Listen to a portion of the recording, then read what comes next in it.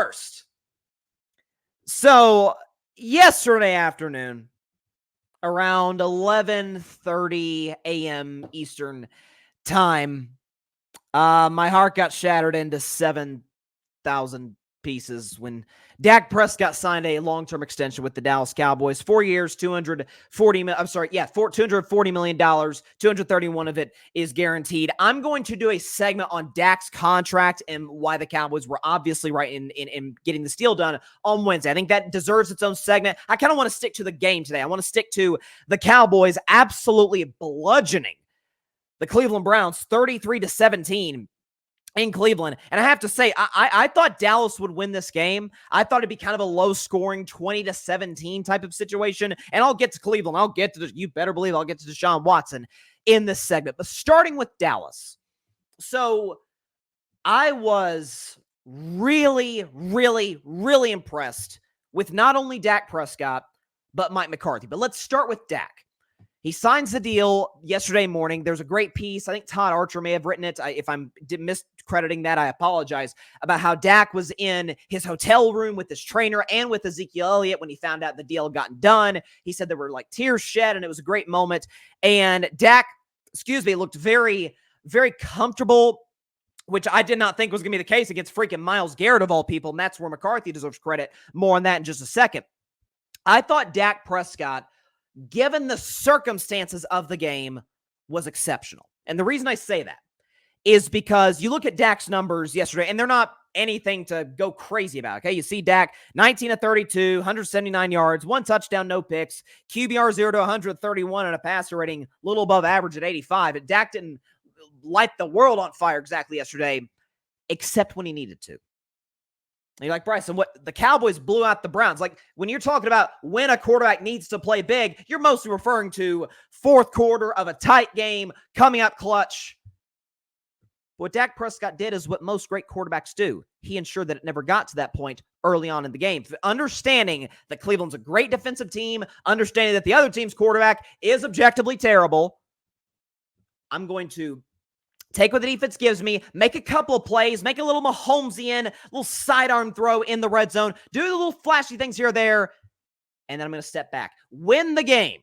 Dallas-Cleveland was within 1 score. So when it was early on, who knows? I mean, it's first quarter, second quarter. We don't know who's going to win the game. We have our leanings, our predictions. We don't know for certain.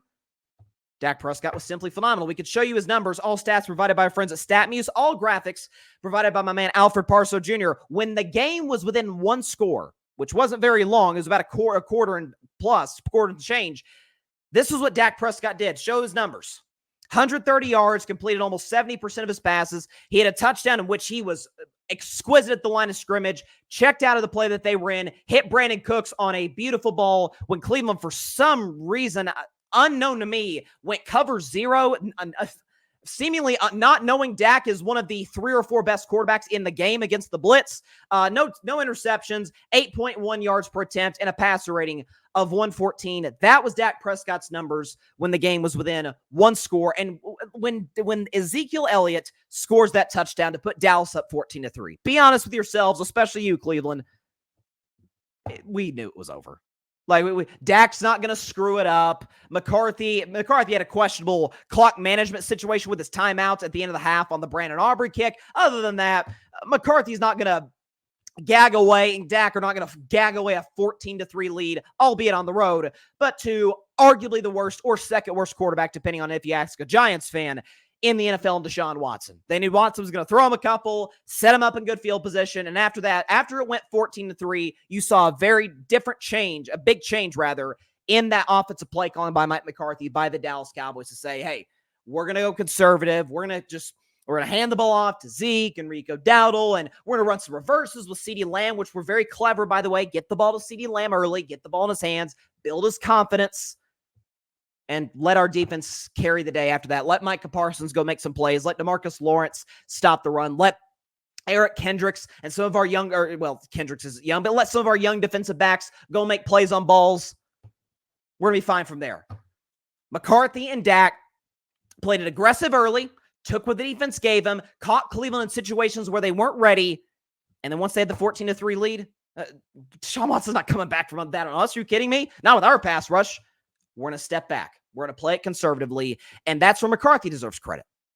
Dak did what smart quarterbacks do, get him early, and now that we've got him, play it safe. The only way we can lose is if I screw up, so I'm not going to screw up. My coach is not going to put me in position, or any of us in position to do so. Let our defense carry the day, get us in good field position with some fourth down stops, with some turnovers, and I thought it was a very well-coached game, and I've always said this about McCarthy.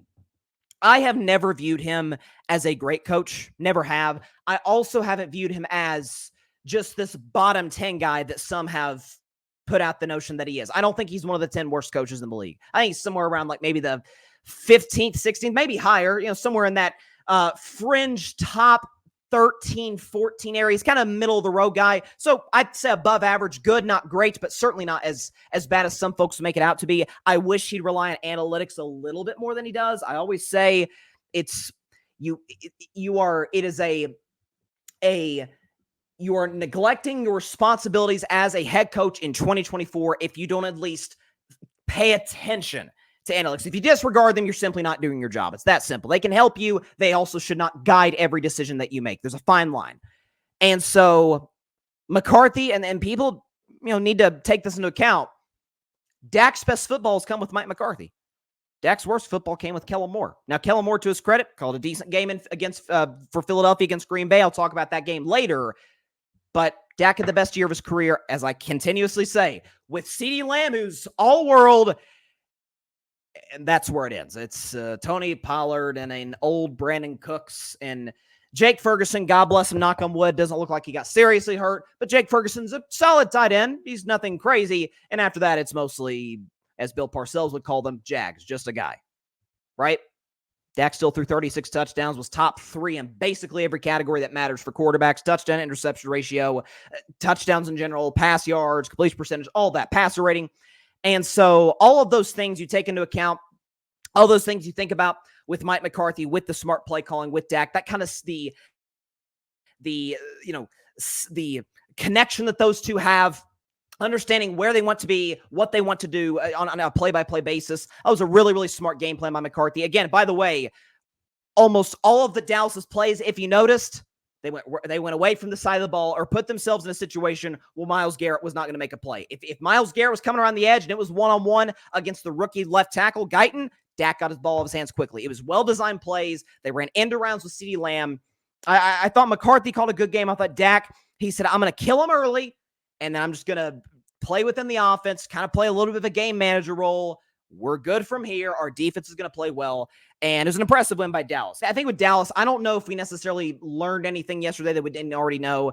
Dak's really good. Jason Garrett said it best. Jason Garrett, who's on NBC now, what did he say? He said, to all the clowns, this is the word he used, clowns on TV, saying he's not top 10. Garrett used a term that I love to use. Watch the games. Watch the games. He's clearly top 10. But that aside, anybody who knows football knows that. Anybody who truly knows football knows that. Thanks so much for watching the show on YouTube, and be sure to go click that big red subscribe button and check out the other clips and full shows from Carving It Up Live, as well as our other incredible content creators here on the Grid Network.